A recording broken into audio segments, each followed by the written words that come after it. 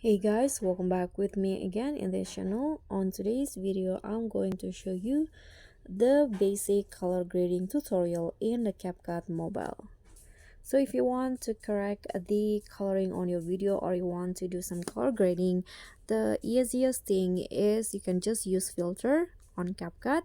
So click on filter here and there are lots of options that you can use. So you can use the filter that you like based on the mood that you want to add to your video.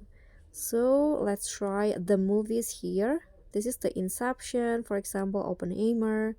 So just choose the filter that you want and adjust the intensity, or you can also use click on adjust.